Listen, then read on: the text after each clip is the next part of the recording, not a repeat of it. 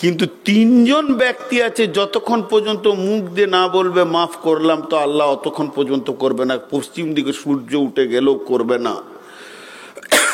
তিনজন ব্যক্তি যতক্ষণ পর্যন্ত মুখ দিয়ে না বলবে, আব্বা, মা, স্বামী। আব্বাকে বলতে হবে বেটা তোমাকে মাফ করলাম, মাকে বলতে হবে বেটা তোমাকে মাফ করলাম, স্বামীকে বলতে হবে তার স্ত্রীকে হ্যাঁ তোমাকে আমি মাফ করলাম। এই তিনজন যতক্ষণ পর্যন্ত মুখ খুলে না বলবে ওদের মাফ হবে না। চলেন, মাফের মাস আমাদের সামনে আসছে, আমরা যেন আল্লাহর কাছে মাফ চেয়ে নিতে পারি। আল্লাহ যেন তৌফিক দান করেন, বলে আল্লাহুম্মা আমিন। এবার ইমানটা কি? কাশি উঠেনি, পোকা ঢুকেছে। জীবনে অনেক পোকা খেয়েছি, আজকে একটা গেল হলারের ভিতরে, সে বুঝতে পেরেছে কোথা গেলাম। কাশি লয় জি। বিসমিল্লাহির রহমানির রহিম। মান সামা রমাযানা ঈমানা, তুমি যখন রমজান মাসে রোজা রাখবে তখন তুমি তোমার ঈমানটাকে দৃঢ়তা করে নাও, বিশ্বাসটাকে মজবুত করে নাও, বিশ্বাসটা পাকা করে নাও। পৃথিবীর লোকের কি হবে না হবে আমি জানি না, সারা পৃথিবীর গুনাহ মাফ হবে না হবে আমি জানি না, আমার রব আমার গুনাহ মাফ করবে, এই নিয়তে তুমি রোজা রাখো।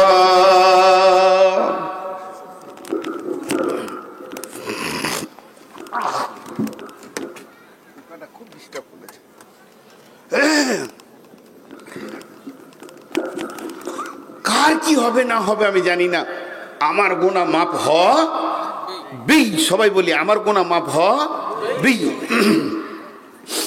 এখন হাত তুলে দোয়া করা যাবে না যাবে এ ফতোয়ায় আমি আসছি না, আর কোনোদিন আমি ওই ফতোয়াতে নিজের মাথাকে ভরি নেই, আজ পর্যন্ত ভরিনি। আমি আইল হাদিস আকিদায় চলি, কিন্তু কে দোয়া করছে কে না করছে শরীয়ত না বেদাত আমি যাচ্ছি না। একটা উদাহরণ দিচ্ছি মাত্র। উদাহরণটা কি? ধরেন 27 তারাবি চলছে, আর আপনাদের গোবিন্দপুরের সব যুবকরা তারাবিতে সারা রাত জাগছে, যার যেমন গুনাহ আছে সে আল্লাহর কাছে কাঁদছে, মাবুদ মাফ করে দাও, ক্ষমা করে দাও, যে যেমন পেরেছে আল্লাহর কাছে নিজের গুনাহকে বলে কাঁদছে। হঠাৎ ছেলেরা এসে ইমাম সাহেবকে ধরলো, হুজুর আপনি একবার দোয়া করেন আমাদের জন্য, আপনি আলেম মানুষ, আমরা একটু আমিন আমিন করি। ইমাম সাহেব দেখছে যে ঠিক আছে, জেনারেল শিক্ষিত ছেলে যখন আমার কাছে এসছে, শুরু করে দিলে, চলো তোমরা আমিন বলো, আমি দোয়া শুরু করি। এবার উনি দোয়া শুরু করেছেন। সবে কদরের রাত, মানুষের স্বাভাবিক একটু দিল নরম হবেই, আর তাদের দিল নরম হয়েছে বলে রাতটা জাগছে। কাঁদা শুরু হয়ে গেল, এই আল্লাহ চুরি করেছি মাফ করে দাও, জেনে বুঝে ব্যভিচার করেছি ক্ষমা করে দাও, মিথ্যা কথা বলেছি ক্ষমা করে দাও, লোককে গালি দিয়েছি ক্ষমা করে দাও। মাবুদ গো, বয়স হয়ে গেল 50, জীবনে তোমার মসজিদে আসিনি, প্রথম এসেছি, মাফ করে দাও। ইমাম সাহেব নিজের গুনাহগুলোকে সকলকে ধরে নিয়ে দোয়া করতে রয়েছে। সবাই বলছে আমিন, আর অঝোর নয়নে কাঁদছেন, মজ্জেন কাঁদছে, হাজি কাঁদছে, মাস্টার কাঁদছে, ডাক্তার কাঁদছে, যে যেমন রয়েছে সবাই বলছে আমিন, মাবুদ মাফ করে দাও, তুমি মাফ করবে। এই অবস্থা রয়েছে। এমন সময় ওরই ভিতরে একটা বেঈমান অলসতার সাথে বলছে আমিন আমিন, আর ওর মনটা বলছে মাফ হতেও পারে নাও পারে, মাফ হতেও পারে না পারে। আল্লাহ বলছে বেঈমান, তোর একটু ঢুকলো কি করে মনে, আমি পারবো না মাফ করতে, আল্লাহ পারবে না? তো ও বেঈমান না ইমানদার? বলেন ও বেঈমান না ইমানদার? ওই কথাটা যখন ভাবছে, হাজি ভাই আমার বীরভূমে বোলপুর থানায় বিয়ে হয়েছে, রমজান মাস, আর ইফতারের আজান হতে মাত্র 8 মিনিট, আর আমি গাড়ি নিয়ে 4 চাকা নিয়ে ঢুকে পড়েছি শ্বশুর বাড়ি। আমার সাথে আরো 3 জন আলিম আছে বড় বড়। বলেন আমার শ্বশুর ঘরের লোকগুলো শান্ত থাকবে না দৌড়ে বেড়াবে? চঞ্চল হয়ে গেছে।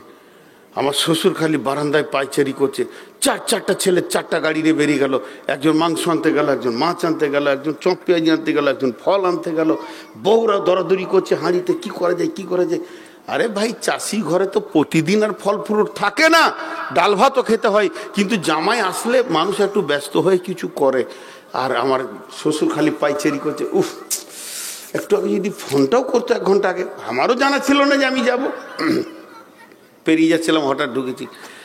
শান্ত ফ্যামিলি চঞ্চল হয়ে উঠেছে, 4-5টা শালা 4-5 দিকে দৌড়েছে, বউগুলো যেন কাজে ব্যস্ত হয়ে গেছে। শাশুড়ি মা বুড়ি, সেও বটিটা নিয়ে বসেছে, আলুটা ছিলে দিয়ে তাড়াতাড়ি করে যেন কাজটা হয়। মেহমান এসে গেছে, জামাই এসেছে, জামাইয়ের সঙ্গে 4জন বড় আলিম এসেছে। তার মানে কি, আমি এক কথায় বোঝাতে চাইছি, সুস্থ ঘর চঞ্চল হয়ে উঠে গেল। গোটা ফ্যামিলি দরাদরি করছে, কে কোথায় পানি খাবে জানি না, কে কোথায় ইফতার করবে জানি না, শুধু আমার সম্মানের জন্যে। আর আমি আমার বন্ধুদেরকে নিয়ে বটুখানায় বসে বসে গল্প করছি। বিয়ে হয়েছে, ঘর ভালো, সবই ভালো, কিন্তু খেতে দিবে কিনা জানি না। আর এই কথাটা যদি আমার শ্বশুরের কানে পড়ে, আমার শ্বশুর কত খুশি হবে আপনারা বলেন। আমার শ্বশুর আমাকে গাল না দিল, আমার বাপকে দিবে বিয়াই বলে, বলে কোন বাঁদরের বাচ্চা রে, এইটা কি করে তোর মনে এলো। আমার 4টা ছেলে 4 দিকে ধরেছে, 4টা বৌমা দরাদরি করছে, আমার বুড়িটাও দরাদরি করছে, আর খেতে দিতেও পারে না পারে, এটা তোর মনে কি করে এলো।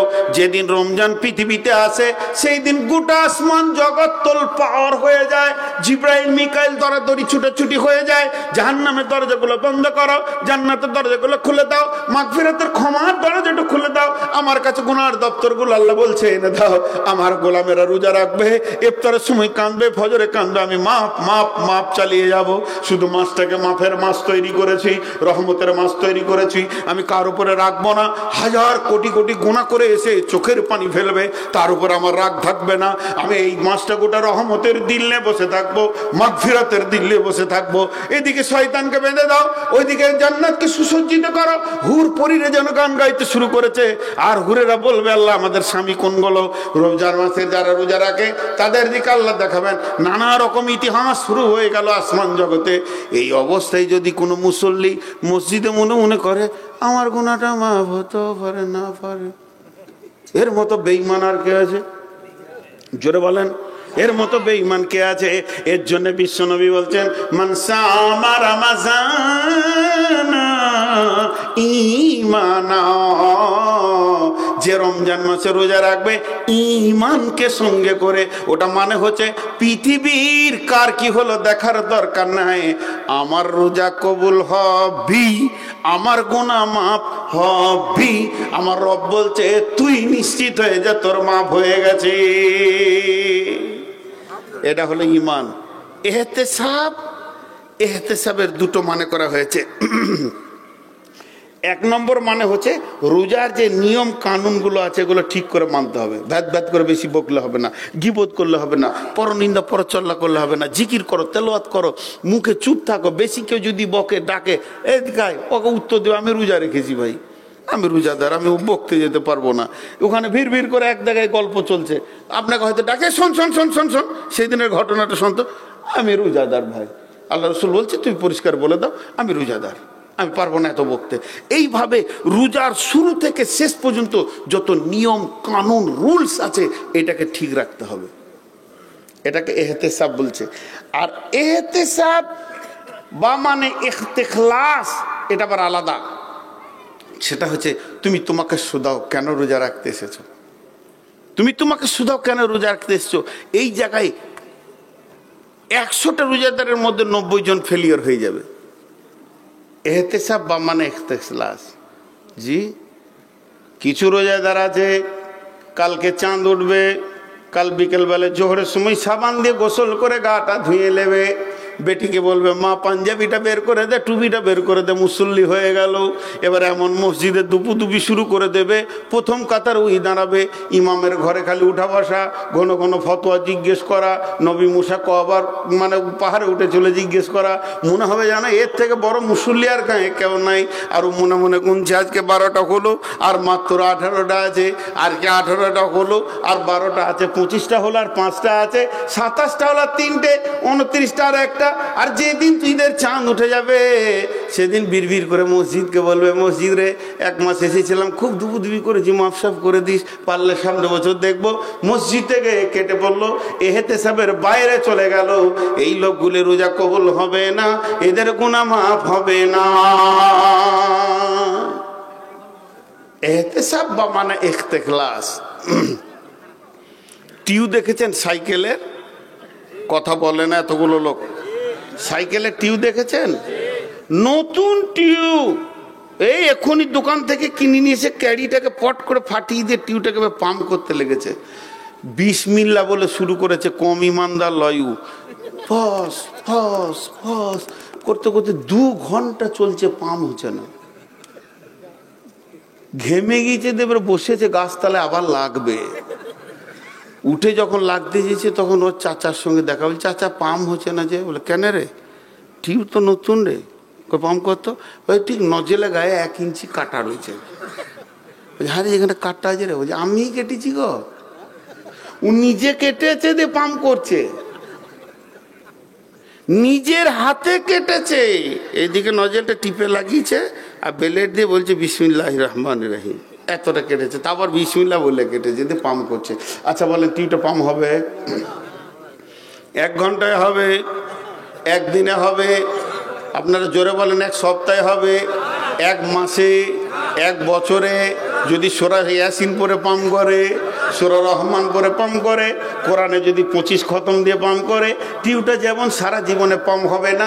যে লোকটা নিয়ত করে নিয়েছে রোজার পরে আর মসজিদ ঢুকবো না, ও সারা জীবন রোজা রাখলেও গুনাহ মাফ হবে না। কারণ একদিকে লিক করে আর একদিকে পাম্প মারছে। এর মতো বেঈমান আর পৃথিবীতে নাই।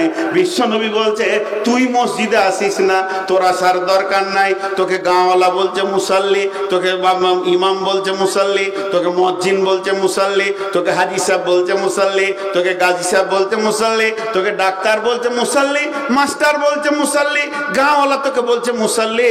আর আমি রব তোকে বলছি পাকা চিটিংবাজ। আমার চোখে তুই চিটিংবাজ। রোজার পরে যে তুই মসজিদ থেকে পালাবি এটা পৃথিবীর কেউ না জানলে আমি আল্লাহ জানছি। চিটিংবাজি পৃথিবীতে মাস্টার মানে শ্বশুরের সঙ্গে করেছো, সালার সঙ্গে করেছো, বন্ধুর সঙ্গে করেছো, মামার সঙ্গে করেছো, চাচার সঙ্গে করেছো। তোমার বুকের পাটা কত? আমি আল্লাহর সঙ্গে চিটিংবাজি করতে এসেছো। আমি তো জানি তুমি পাকা বেঈমান আসতে যেছো। তোমার একটা রোজা কবুল হবে না, একটা তারাবি কবুল হবে না, একটা নামাজ কবুল হবে না, একটা গুনাহ মাফ হবে না যদি তোমার নিয়তে থাকে রোজার পরে মসজিদ থেকে পালিয়ে যাব। জি কিছু বলছেন না? এরকম মাল আপনাদের আছে না নাই?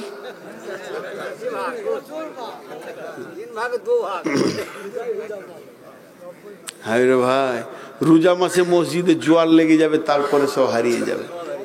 জি আমি আমার শালাকে বলছি ভাই রাস্তার ধারে জায়গা গো 30 লাখ টাকা দাম হয়েছে, তোকে 20 লাখ দিয়ে দিয়েছি, আর আমার এক বন্ধু 5 লাখ দিবে, বলছি তুমি 5 লাখ টাকা দাও ভাই। আজকে হচ্ছে বৃহস্পতিবার, কালকে শুক্রবার জুমার দিন কোথাও যাব না, শনিবারও ব্যাংকে যাব না, রবিবার তো ছুটি, সোমবার দিন ব্যাংকে গিয়ে টাকা এনে তোমার হাতে দিয়ে দেবো, তুমি না থাকলেও ভাবিকে দিয়ে দেবো।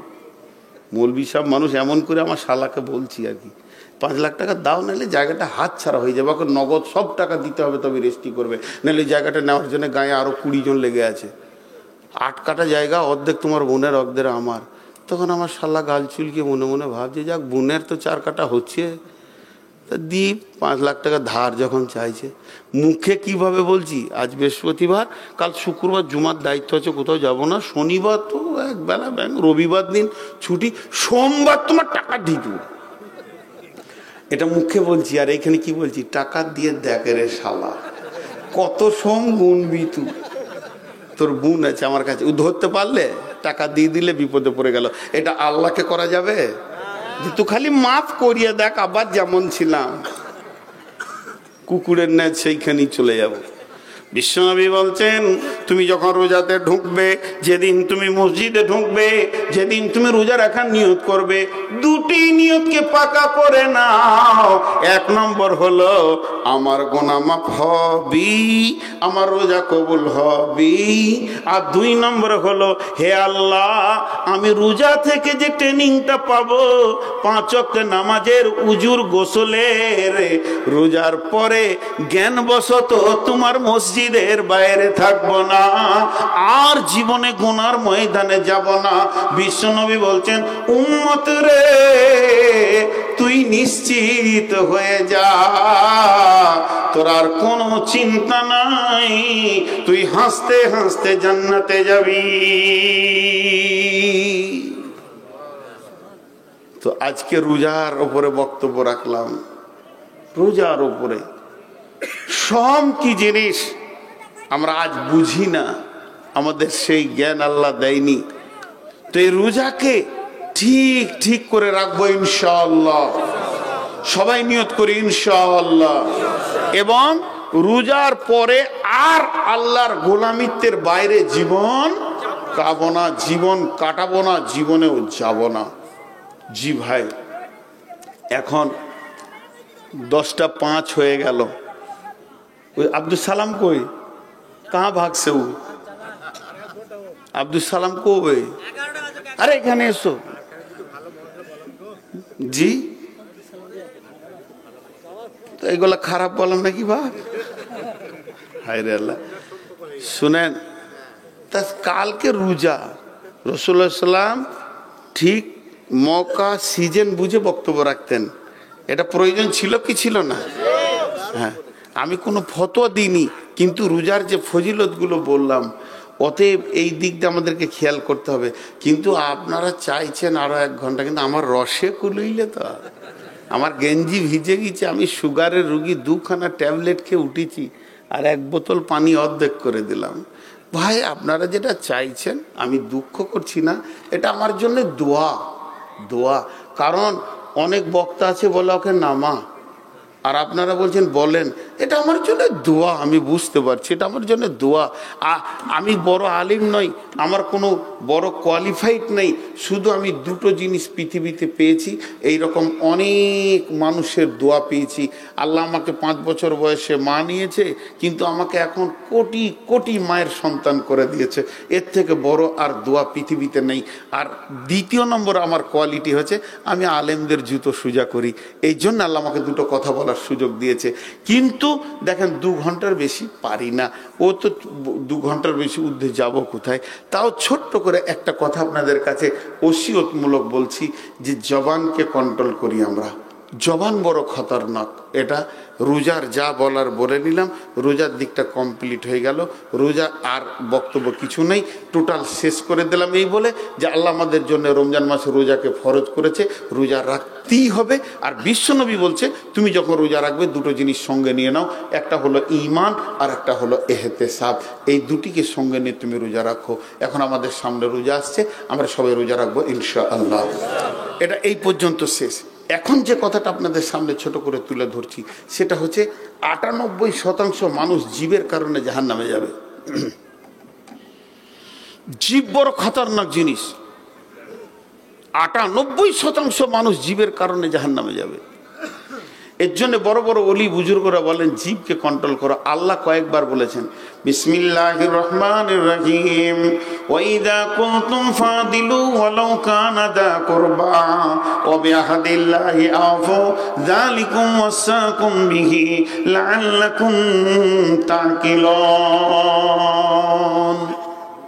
লাআল্লাকুম তাযাক্কারুন। আল্লাহ বলছে যখন তুমি কথা বলবে জবানকে কন্ট্রোল করে বলো, আর জবানকে এত সুন্দর করে তুমি ঠিক করে রাখবে, গোছিয়ে রাখবে। খবরদার, যদিও তোমার নিকট আত্মীয় হয়, তারপরেও যেন তুমি আবার জবানকে অপব্যবহার করিও না।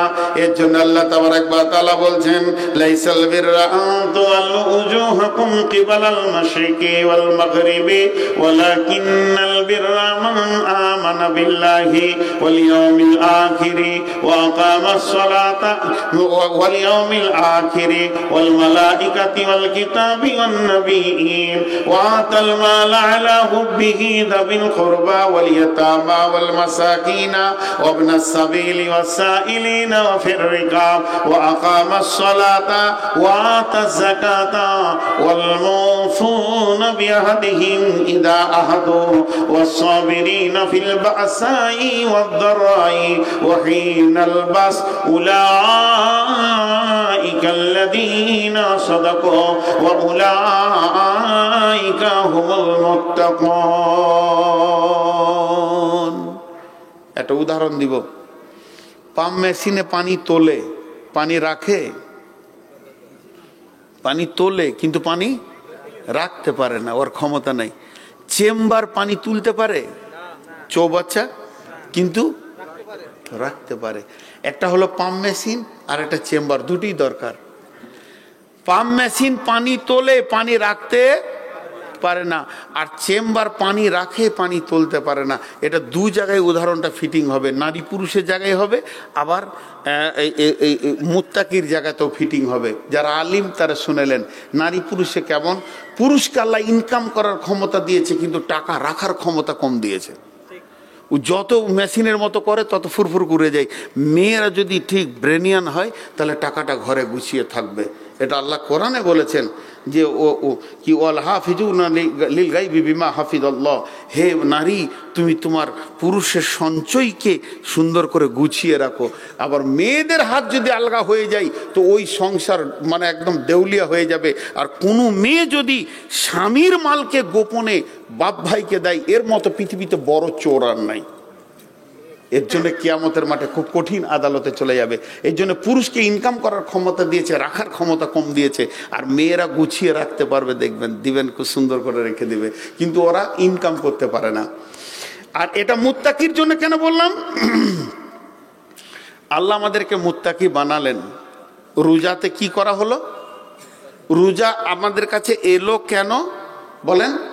মুত্তাকি বানানোর জন্য। আল্লাহ কি উত্তর দিলেন? লাআল্লাকুম তাত্তাকুন, যাতে করে তোমাদেরকে আমি মুত্তাকি বানাবো। তাহলে আজকে 30 রোজা হয়ে গেল, আমরা কি হয়ে গেছি? মুত্তাকি। একবার কথার এটা বোঝার জন্য ধরেন, আজকে 30টা রোজা শেষ হয়ে গেল, আমরা মুত্তাকি হয়ে গেছি। এই খুশিতে আমরা ঈদ করে নিলাম, ঝামেলা মিটে গেল। কিন্তু মুত্তাকিত্বটাকে রাখতে হবে। রোজা রাখে না, রোজা বানাই।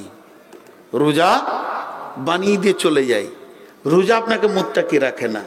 কথাটা বুঝাতে পারছেন আপনারা? রোজা কি করে? মুত্তাকি রাখে না, মুত্তাকি বানাই। আলহামদুলিল্লাহ, বুঝতে পেরেছেন। এবার রাখে কে?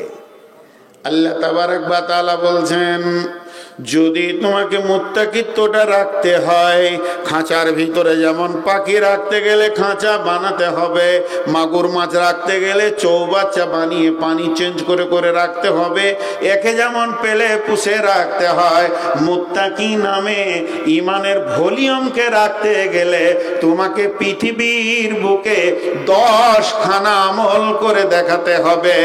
এখন এই 10টা কথা যদি বলতে যায় কম করে 5 ঘন্টা, তা না হলো 2 ঘন্টা সময় লাগবে। আমি মাত্র 10 মিনিট আপনাদেরকে একটু বুঝিয়ে দেবো, ইশারাটা দিব, কিন্তু কমপ্লিটলি বলতে পারবো না। আমার রব বলছেন, যার ভিতরে 10টা গুণ আছে সে মুত্তাকি হয়ে টিকে থাকতে পারবে। কটা গুণ? 10কে যদি 2 দিয়ে ভাগ করা হয়, ভাগে কত পড়বে? কে বলছে 27? তাই ভালো। 10কে 2 দিয়ে ভাগ করলে 27 হয়? কোন ভেজালে? দেখেন, আমারও কান চলে গেছে। 10কে 2 দিয়ে ভাগ করলে কত হবে? ভাগের অংশ 5। তাহলে 5টা হলো ঈমান, 5টা হলো আমাল। ঈমান আলাদা, আমাল আলাদা। আমার রব বলছেন, আমি রমজান নামে মেশিনে ভরে তোমাকে মুত্তাকি বানিয়ে দিলাম। এখন যদি সেই মুত্তাকির ওপরে জীবনটা কাটাতে হয়, তাহলে 5, 5, 10 এই দুটি গুণ তোমার ভিতরে রাখতে হবে। 5টা জিনিসের উপরে ঈমান আনতে হবে আর 5খানা আমল করতে হবে। মান আমানা বিল্লাহি ওয়াল ইয়াউমিল আখিরি ওয়াল মালাইকাতি ওয়াল কিতাবি ওয়ান নবিয়্যিন, এই 5টা আমল করতে হবে আর আমি ঈমান আনতে হবে আর আমল করতে হবে কে? ওয়া আতাল মাল আলা হুব্বিহি যাবিল কুরবা ওয়াল ইয়াতামা ওয়াল মাসাকিনা ওয়া ইবনাস সাবিলি ওয়াস সাইলিনা ওয়া ফির রিকাব ওয়া আকামাস সালাতা ওয়া আতাজ যাকাতা ওয়াল মুফুনা বিআহদিহিম ইযা আহাদু ওয়াস সাবিরিনা ফিল বাসাই ওয়াদ দাররাই ওয়া হিনাল বাস উলাইকা আল্লাযীনা সাদাকু ওয়া উলাইকা হুমুল, জোরে বলেন, মুত্তাকুন। আল্লাহ বলছে, এটা মানুষ বলেনি। প্রথম নম্বরে আল্লাহর উপর ঈমান আনতে হবে। কার উপর ঈমান আনতে হবে? 2 নম্বরে আখিরাতের উপর ঈমান আনতে হবে। আখিরাত আছে, কিয়ামত আছে, মরার পর একটা লম্বা জিন্দেগি আছে, এর উপরে ঈমান আনতে হবে। কবরের আযাব সত্য, হাসর সত্য, পুলসিরাত সত্য, মিজান সত্য, দাড়িপাল্লা সত্য, এর উপরে কামিল ঈমান আনতে হবে। ওয়াবিল আখিরাতি হুম ইউকিনুন, আখিরাতের ব্যাপারে দৃঢ় বিশ্বাসের কথা বলা হয়েছে। 3 নম্বরে ওয়াল মালাইকা, আল্লাহর ফেরেশতাদের উপরে ঈমান রাখতে হবে। ফেরেশতা বলে একটা জগৎ আছে আর ফেরেশতা বলে আল্লাহর একটা আপনার কিনা জীব আছে, আমার রব তাদেরকে বানিয়েছেন, ঈমান রাখতে হবে। ওয়াল কিতাব, কিতাবের উপরে ঈমান রাখতে হবে। এটা হলো মহা সত্য, এর উপরে সত্য কিছু নয়। এত সুন্দর কিতাব, আপনার আমার জীবনের নাজাত, দুনিয়া আখিরাতের নাজাতের কিতাব, এর উপরে ঈমান রাখতে হবে। ওয়ান নবিয়্যিন,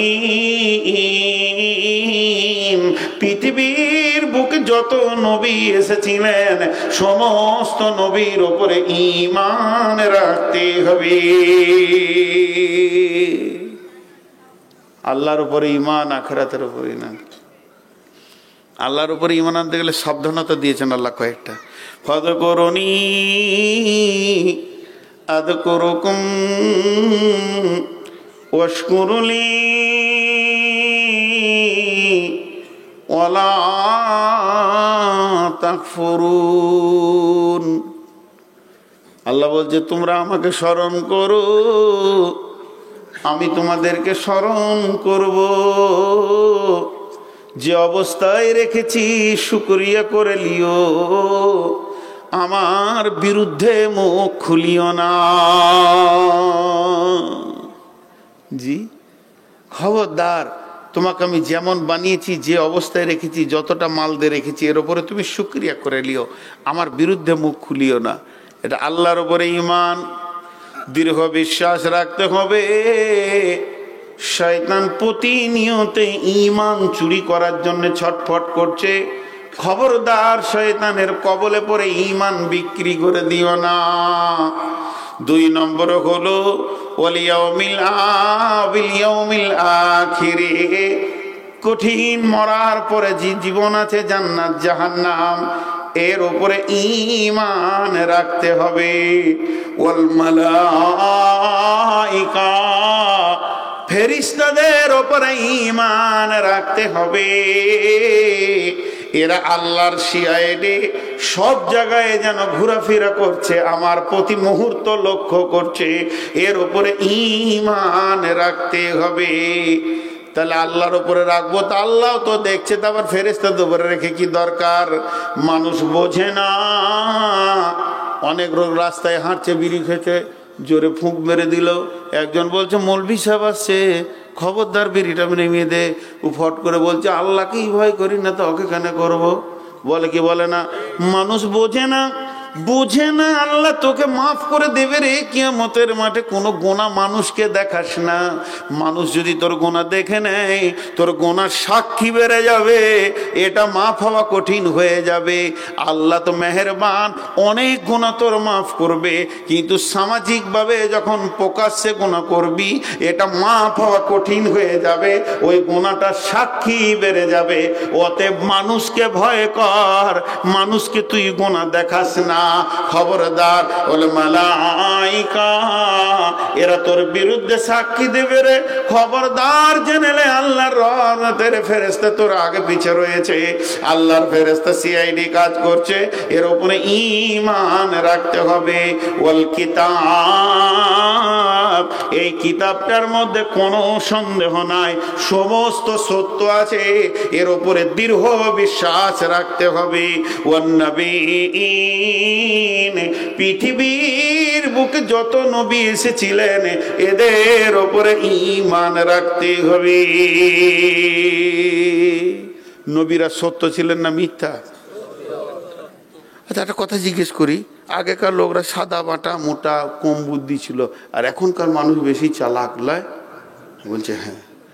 এইটা মানুষ সবসময় মুখে লেগে থাকে, এটা বললে গুনাহ হবে গো। পৃথিবীটা শুরু হয়েছে নবী দিয়ে, আদম থেকে, তার মানে ওই কটাই হচ্ছে বোকা, আর এখন মাতাল কটাই চালাক। কি আজীব কথা দাবি। আগেকার লোকরা বোকা ছিল। আগেকার লোকরা একটা মূর্খ মাঠের চাষি যতটা আল্লাহকে চিনেছে, এখনকার অত পণ্ডিত তো আল্লাহকে চিনে নাই, দেখবেন ভেবে। আগেকার দাদু নানাদের যে আল্লাহর ভয় ছিল, চোখের পানি ছিল, এখনকার আলিমদের চোখে পানি নাই, মুফতিদের চোখে পানি নাই। খবরদারি কথা বলবেন না, গুনাহ হবে। তাহলে নবীর উপরে ঈমান আনতে হবে। তাহলে 5টা ঈমান হয়ে গেল। আল্লাহর উপরে ঈমান, আখিরাতের উপরে ঈমান, ফেরেশতার উপরে ঈমান, কিতাবের উপরে ঈমান, নবীদের উপরে ঈমান। এবার আমল করতে হবে 5টা। ওয়াতাল মালা, মাল দান করতে হবে। আল্লাহ 6টা জায়গার কথা বলেছেন, যাবিল কুরবা ওয়াল ইয়াতামা ওয়াল মাসাকিনা ওয়াবনাস সাবিলি ওয়াসাইলিনা ওয়া ফির রিকাব, নিকট আত্মীয়কে, এতিমকে, মিসকিনকে, আর যে ভিখারি তোমার দরজায় আসবে, আর বন্দিকে, আর সাইলকে, এদেরকে তোমাকে দান করতে হবে। ওফের রেকাব, তারপরে 2 নম্বর, 1 নম্বরে মাল দান করতে হবে, 2 নম্বরে ওয়াকামাস সালাতা, নামাজ আদায় করতে হবে, 3 নম্বরে ওয়াতাজ যাকাতা, যাকাত দিতে হবে, 4 নম্বরে ওয়াল মুফুনা বিআহদিহিম ইদা আহাদু, যখন কার সঙ্গে কোনো কথা ওয়াদা হয়ে যাবে, তোমাকে আমি এইটা দিব, তুমি আমাকে এইটা দেবে, তোমাকে আমি এতটা দিব, তুমি আমাকে এতটা দেবে, তোমাকে আমি বেলা 12টায় দেখা করব, তুমি আমাকে 12টার সময় মানে পলাশিতে দেখা করিও। যখন তুমি কোনো ওয়াদা করবে, ওয়াদা পুরো করবে। ওয়াল মুফুনা বিআহদিহিম ইদা আহাদু, এবং আল্লাহর যত আইন আছে সমস্ত আইনগুলোকে পুরা করতে হবে। আর ওয়াসসাবিরিনা ফিল বাসাই ওয়াদ দাররাই, বিপদে আপদে এবং জিহাদের ময়দানে ধৈর্য ধরতে হবে। তাহলে আমল হলো 5টা। 1 নম্বরে মাল দান করো, 2 নম্বরে নামাজ পড়ো, 3 নম্বরে যাকাত দাও, 4 নম্বরে বিপদ আপদে ধৈর্য ধরো, আর 5 নম্বরে ওয়াদা পূরণ করো। তাহলে 5 5 10 হয়ে গেল। এবার 10টাকে একসঙ্গে গুনিয়ে দিই। 1 নম্বরে মাল দান করো, 2 নম্বরে নামাজ পড়ো, 3 নম্বরে যাকাত দাও, 4 নম্বরে ওয়াদা পূরণ করো, 5 নম্বরে বিপদ আপদে ধৈর্য ধরো। এবার 10টা গুনেলেন। আল্লাহর উপরে ঈমান, আখিরাতের উপরে ঈমান, ফেরেশতার উপরে ঈমান, কিতাবের উপরে ঈমান, নবীদের উপরে ঈমান, মাল দান করো, নামাজ পড়ো, যাকাত দাও, ওয়াদা পূরণ করো, বিপদ আপদে জিহাদে ধৈর্য ধরো। এই 10টা গুণ যার ভিতরে থাকবে, এই 10টা গুণ যার ভিতরে থাকবে, 10 গুণে গুণান্বিত যে হবে, আমার আল্লাহ বলছেন উলাইকাল্লাযীনা সাদাকু, এরাই হলো সত্য, ওয়া উলাইকা হুমুল মুত্তাকুন, এরাই হচ্ছে মুত্তাকি। কষ্ট হচ্ছে আমার তো, বছরের শেষ দিক তো। এবার আপনাদেরকে ছোট ছোট করে 3টে কথা বলি। আমরা সকলে রোজা রাখবো ইনশাআল্লাহ। তো রোজা কি করে? মুত্তাকি বানিয়ে দেয়। আর এই 10টা আমল করলে মুত্তাকি আমরা থেকে যেতে পারবো, রেখে দেবে এরা। তো আমরা এই 10টা আমল করবো ইনশাআল্লাহ এবং মুত্তাকি হব। এখন আপনাদের সামনে আমি এমনি মৌখিক দোয়া দিব ভাই। একটা মাযহাবের আড়াল পৃথিবীতে থেকেই গেছে, চলছে, গ্যাপ হয়ে গেছে। এই গ্যাপটাকে আমি আবার পছন্দ করি না, কিন্তু তারপরেও আমার যারা মুরব্বী আলেম রয়েছেন তাদের কথা মেনে চলাটাই ভালো। বিধায় আপনারা আপনাদের ইমাম সাহেবকে নিয়ে দোয়া করে নেবেন। আমি মৌখিক দোয়া দিচ্ছি, আপনারা আমিন বলবেন। আর আপনাদের কাছে আমি একটা দাবি রেখে যাচ্ছি, এটা বছরের শেষ জালসা। আগামীকাল থেকে আর আমার এবছরের কোনো জালসা নেই, রোজার পরে আছে, সেগুলো আমি বছর দ্বিতীয় ধরি। তো বিধায় প্রথম জালসা কখন শুরু করেছিলাম ভুলে গেছি, কাটিহারকে দিয়ে শুরু করেছিলাম, নদিয়াকে দিয়ে শেষ করলাম। আল্লাহ বাংলাদেশ টাংলাদেশ সব দুনিয়া ঘুরিয়ে নিয়ে আসলো। শেষবারে আপনাদের কাছে আমি একটা আবদার রাখছি। আমি একটা মাদ্রাসা এবং 2টা মসজিদ আল্লাহ আমার হাত দিয়ে নিয়েছে, প্রায় 1,30,40 লক্ষ টাকা কাজ করলাম। তবে আপনাদের মসজিদে এসে আমি একটা জিনিস দেখতে পেয়েছি। তবে আপনাদের ইমামকে এখনও চিনতে পারিনি, কে ইমাম, কয়েকটা মুলবি দেখলাম। ইমাম খুব ভালো মানুষ হবে নিশ্চয়ই, কারণ মসজিদ যে পরিষ্কার পরিচ্ছন্ন, আমার দিল ঠান্ডা হয়ে গেছে। এত পরিষ্কার পরিচ্ছন্ন মসজিদ খুব কমই দেখতে পাই, তো ভালো লাগলো। আমি মন দিয়ে বলছি যে ভালো জিনিসকে রসুল মুখ দিয়ে বলতে বলেছেন, কোনো জিনিস ভালো দেখলে সেটা বলবে। এবং ইমামের রোমও পরিষ্কার পরিচ্ছন্ন, যতই আপনি টালি দেন ও যদি মাল গোলমাল হয়তো গোটায় ঝুলে ভরে রাখবে আর কি। তো খুব পরিষ্কার পরিচ্ছন্ন লাগলো মাশাআল্লাহ। ইমাম সাহেব আপনাদের ইমানদারি আছেন, যিনি আছেন, কারণ ইমানদার ছাড়া পরিষ্কার পরিচ্ছন্ন থাকাটা কঠিন আছে। কাপড় ছেঁড়া হোক, পুরাতন হোক, হযরত উমারের ছিল, কিন্তু পরিষ্কার পরিচ্ছন্ন ছিল। আপনাদের গায়ে খুবই ভালো জিনিস দেখলাম। তবে খারাপ জিনিস একটা দেখলাম, সেটা হচ্ছে যে ভালো কাজের উদ্যম কম, ভালো কাজের উদ্যমটা কম। মুরব্বীরা একদিকে কেটে পড়ে আর আরেকজন একদিকে কেটে পড়ে। তা এইটা একটু যৌথ হন। যদি আল্লাহ আমাকে বাঁচিয়ে রাখে, রোজাতে এই রাস্তায় সফর করি, তো কোনোদিন আপনাদের এখানে একটা তারাবিতে থাকবো ইনশাআল্লাহ। যদি সফর করি তো মানে আসবই, এটা বলে যাচ্ছি না। তো শুধু একটা আবদার রাখছি, এই ইমাম সাহেব হোক আর যেই হোক, আপনাদের দোয়া করবেন। দোয়া হলে এখানে আমাকে একটা 500 টাকা, একটা 100 টাকা দেবেন, মসজিদ মাদ্রাসার জন্য, অন্য কিছু নয়। 1,30,00,000 টাকা দিয়ে 2টা মসজিদ বানিয়েছি, আবার একটা মসজিদ ভেঙে ফেলেছি, পিলারের কাজ চলছে। প্রায় 40 থেকে 50 লক্ষ টাকার বাজেট আছে। আমি নিজেও 12 লক্ষ টাকা ঋণে আছি। আমার ব্যক্তিগত কোনো ঋণ নাই, আলহামদুলিল্লাহ আলহামদুলিল্লাহ। তবে আমি যে দান করি না তাও নয়, আমার গোপন দান আছে, সেটা আমার বলার দরকার নেই। কিন্তু আপনারা যতজন আছেন একটা 500 টাকা, একটা 100 টাকা দেবেন, এটা আমি আশা করছি। যদি না পারেন তো 1 টাকাও দিন, এইটা আমি আবদার রাখছি। এই স্টেজে নামিয়ে দেবেন, স্টেজে উঠার সময় নামিয়ে দেবেন। আমি মৌখিক দোয়া দিচ্ছি, আপনারা আমিন বলেন। তারপরে ইমাম সাহেব শেষ দোয়াটা আপনাদেরকে করে দেবেন ইনশাআল্লাহ। কারণ আমি শেষ দোয়াটা করতে পারতাম, এটা মাঝহাবি বিষয় আছে, আমি একটু ইশারাই বলে দিলাম, এগুলো নিয়ে বেশি তর্ক করিয়েন না। মাশাআল্লাহ। আমি একটা কথা বলছি, এই আল্লাহ তুমি আমাদেরকে রোজা রাখার তৌফিক দান করো। এ আল্লাহ, যেভাবে রোজা রাখলে তুমি রাজি হবে ওইভাবে রোজা রাখার তৌফিক দান করো। এ আল্লাহ, তোমার রসুলের মতো করে রোজা রাখার তৌফিক দান করো। এ আল্লাহ, রমজান মাসে আমাদের গুনাহগুলোকে তুমি মাফ করে দাও। এ আল্লাহ, রমজান এখন উঠিয়ে না, দোয়াগুলো লেন, দোয়াটা হোক, ইমাম দোয়া করবেন উনি, এখন উঠিয়ে না, তাহলে মজলিসটা ভেঙে যাবে। মা বোনেরা আপনারাও দোয়াতে সামিল হন। এই আল্লাহ, আমাদের মা বাপ, ভাই বোন, আত্মীয় স্বজন যারা মারা গেছে তাদের কবরগুলোকে তুমি নূরে মানোয়ার করে দাও। এ আল্লাহ, তাদেরকে তুমি ক্ষমা করো, মাফ করো। ভাই আপনারা ঠিক করে বসেন,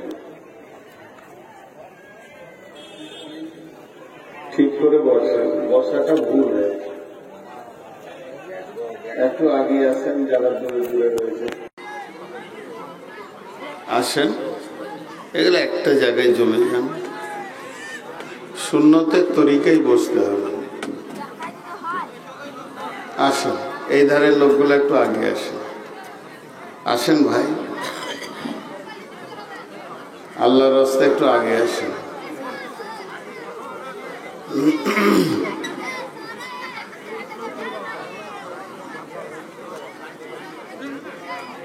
আগে আসেন, আল্লাহর বান্দা একটু আগে আসেন। জি, আপনারা বুঝতে পারেন এইখানটায় আছেন, এই যে এখানটায়।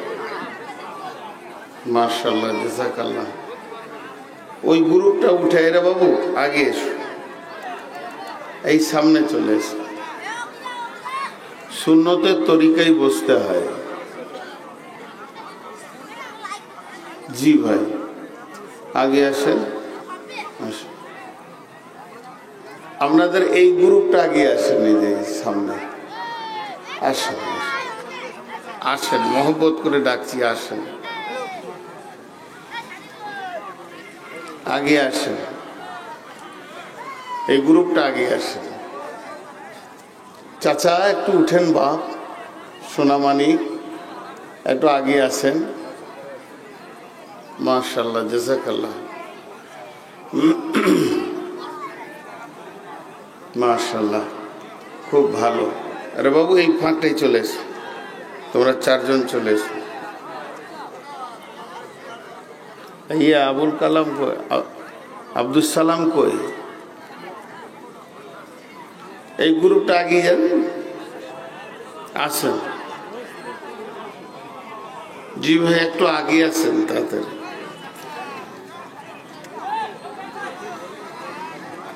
মাশাআল্লাহ, আব্দুল সালাম কই? ইমাম সাহেব, আপনার কথা চলবে। ওই যারা মুড়ি দিচ্ছে কিনা ওদের মধ্যে একটু দূরে থাক, ওখানে দিয়ে দেবে, চলে আসবে। এইখানটাতেই হয়েছে, ওখানে বলে আসতে বলছি, মাইকে লয়। না না, মাইকে বলতে হবে না, ওরা একটু ওই শেষে চলে যাক, এইখানটাতেই হই করছে, এটা খারাপ লাগছে। হ্যাঁ,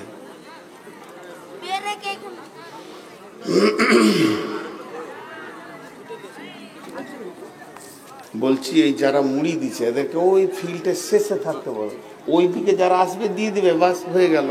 এইখানটাতেই বাচ্চাগুলোকে নিয়ে হই করছে চোখের সামনে।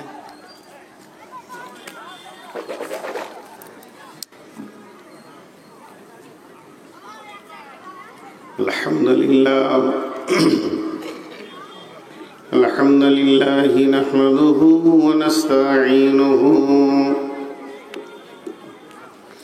ওয়া নাস্তাগফিরুহু ওয়া নু'মিনু বিহি ওয়া নাতাওয়াক্কালু আলাইহি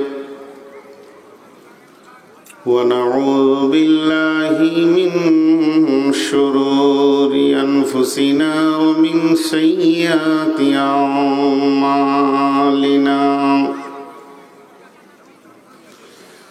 من يهده الله فلا مضل له